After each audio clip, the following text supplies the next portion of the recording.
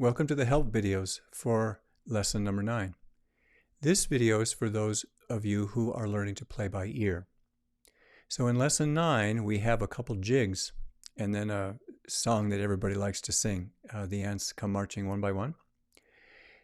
If you'll recall, in some of the other videos, I've mentioned how valuable it is to sort of tell a story in your head about how the song goes. And in the first one, the Irish jig, it helps if you identify what's happening to the chords in the left hand, right? So I'll just kind of outline the story for you. So you play G for 2 measures, then you play D for 2 measures, then you play G for 2 measures, and then you bring the phrase to a close. Now you're still playing G here, but you do the rocking, 2 measures. D for 2 measures, the rocking bit. Then you're going to step down through the scale, and then you're going to bring it to a close and hop the octave. Okay? So that's what I mean by telling a story based on how the song goes. And very often you'll say, okay, they do this bit at the beginning, and then they do a different bit, and then they bring the first part back, right? It can be as easy as that, but when you're listening only by ear, you have to somehow get the thing organized, right? So that story can really help. And the bass line can really help because you start to understand the places where you arrive. All right, so what about the melody in Irish jig? Well, it's going to help you a lot if you can follow the fingering that I mentioned, right? So you have 5, 4, 3, spread the 2 and spread the 1, because that covers that first 2 measures. And the chord changes, and then you move your second finger over. Then you have to move a bit, and then it's like, and then it repeats, right? And then in the middle of the song,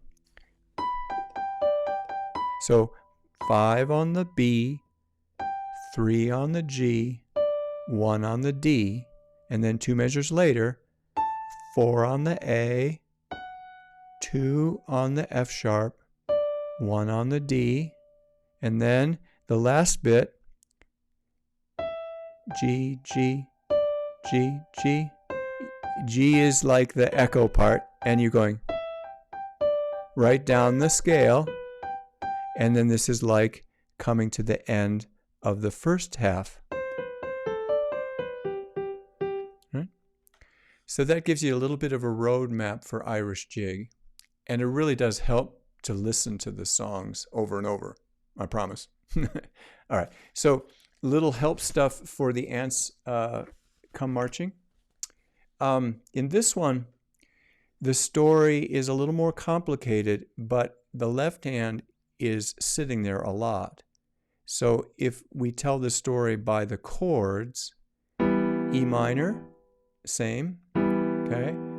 Bottom note goes down 1, and then you go to a D chord, back to an E minor, top note goes up, and then middle note's the same. We got a nice D sharp there.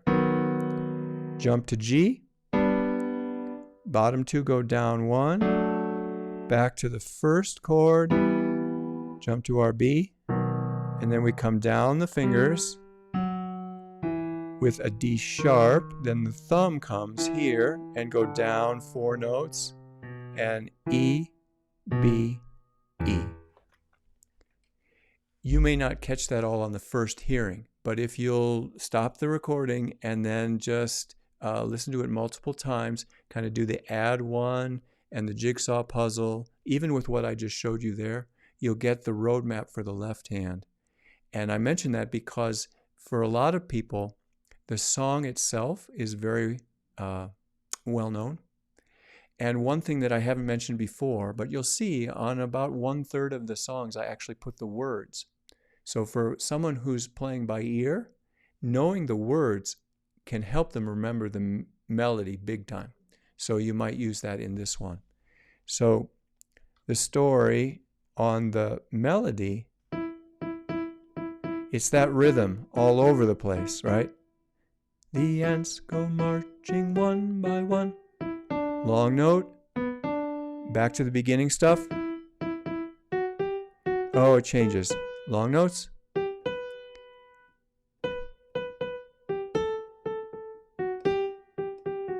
So we have a B, A, G, F sharp. Then it comes down those notes.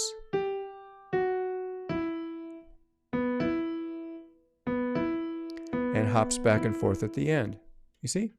So that's a little bit more about telling yourself the story of the song. Helps you keep track of where you are. And then the add one and the jigsaw puzzle idea that I've shared in other videos, you apply it to there, and then you kind of have your, when they build a timber frame house, they put up the timber frame, so all of the support, and then they add the walls and all of the windows and doors and things. But the structure goes up first, and telling yourself the story of the song can really help you do that very successfully. Okay? All right, let's jump to the last one. Now, the last one was a new song for me, but I really liked it. And the trick with this one is it really only uses three, is it three? Yeah, it's three different chords, right? But the main ones are E minor, D major. So I talked about that in Make Up Your Own Music. When you're playing in minor keys, they like to jump down to the major chord below it. So we have sad, we have happy, E minor chord, and D major chord. And then just at the end, you throw that one in. So it helps you organize the melody notes, because they're, at first they seem kind of random. Then it changes the chord and you're back. Then it changes.